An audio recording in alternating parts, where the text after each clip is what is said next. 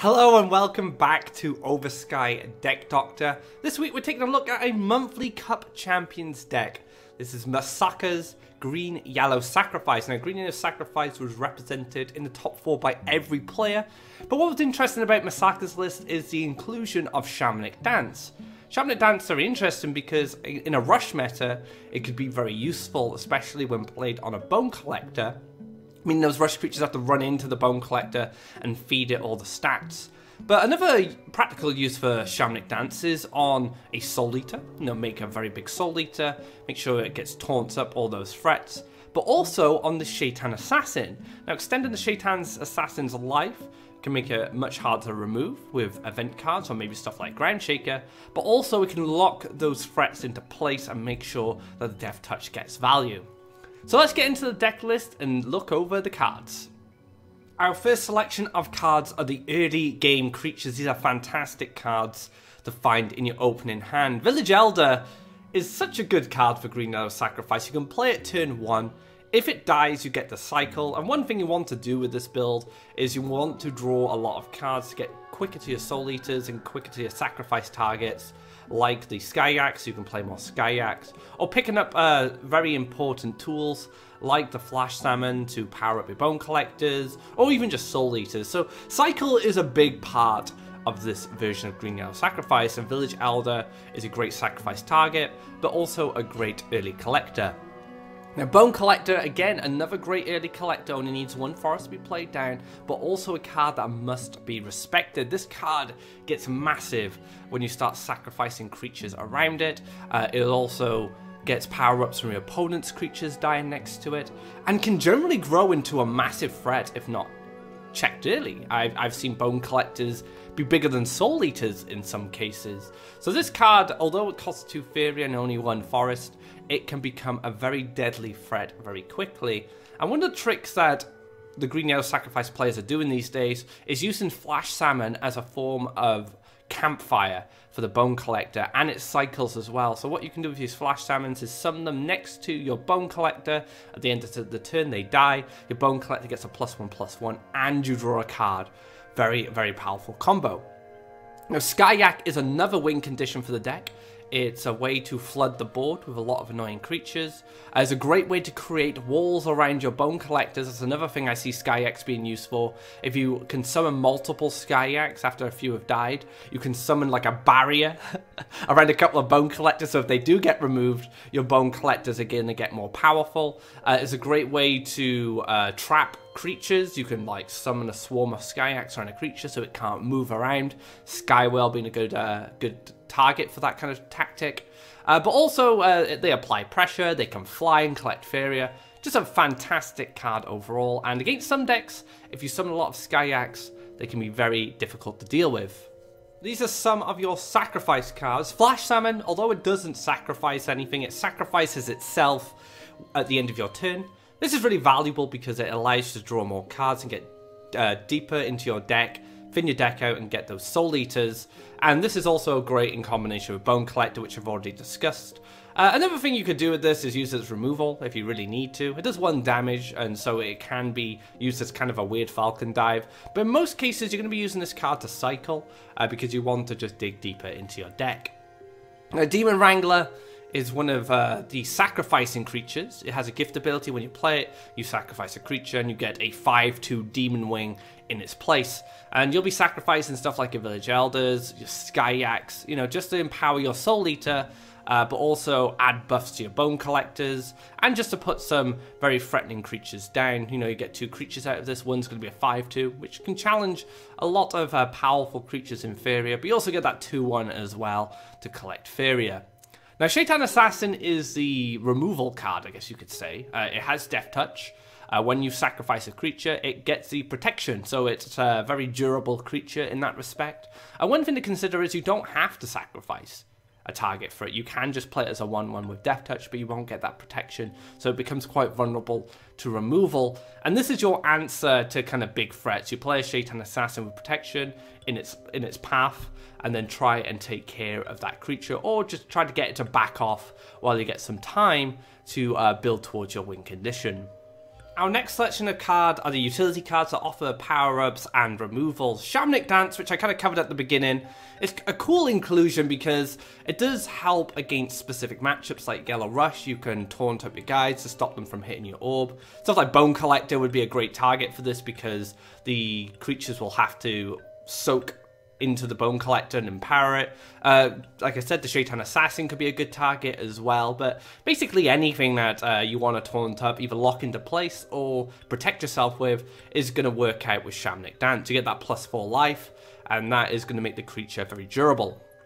Now, Tiki Caretaker I'm a big fan of in this list because it doubles up as a power-up.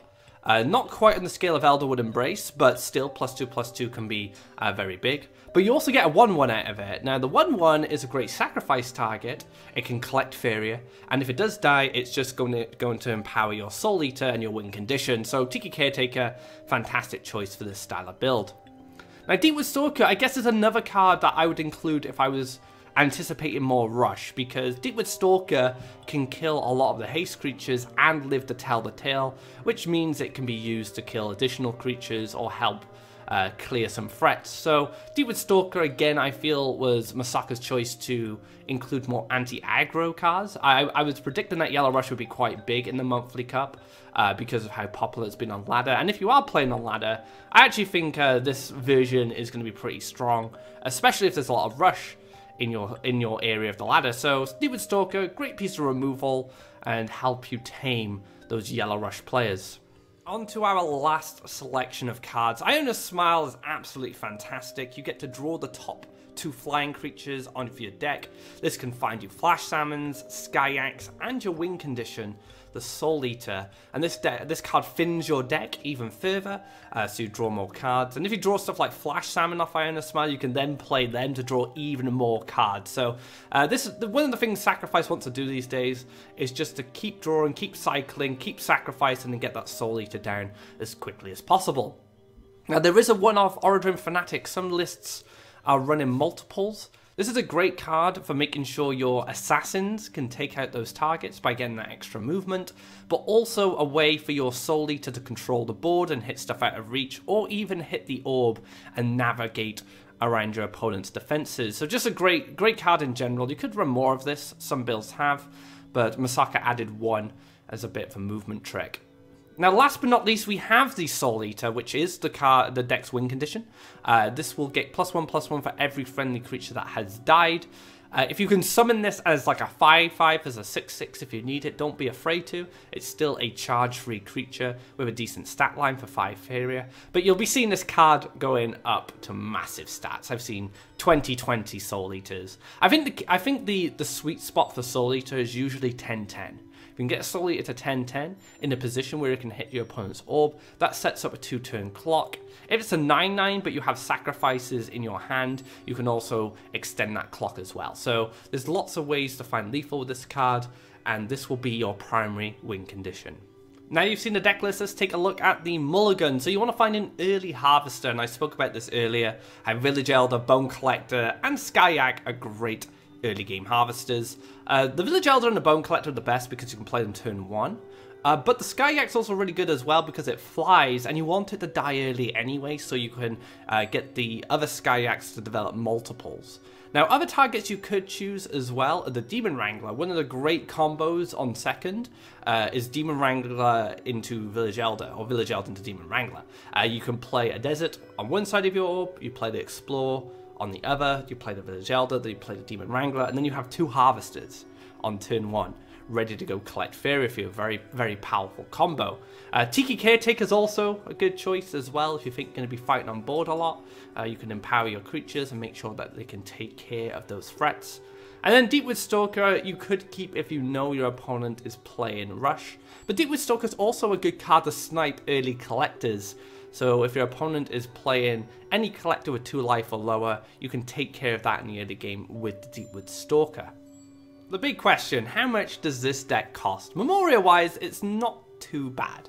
It doesn't have any legendaries, but it does have a lot of epics. So 10 epics is a fair amount, but 14 commons as well, so they're very easy and cheap to craft. There's no rares, but there's 6 Oversky cards as well. Unfortunately, those Oversky cards are from one island. So the total memorial cost for this, if you were crafting cards, would be 870, but you are going to need the Pirate's Eyrie in order to get access to the Flash Salmon and the Skyak. So overall, a pretty cheap deck to build.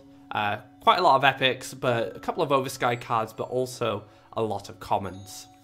Let's take a look at the strengths and weaknesses. Sacrifice synergy. So everything that you sacrifice or dies empowers your Soul Eaters. So you want your creatures to die, but you ideally want them to kill something as well. But sacrifice them also builds towards your win condition.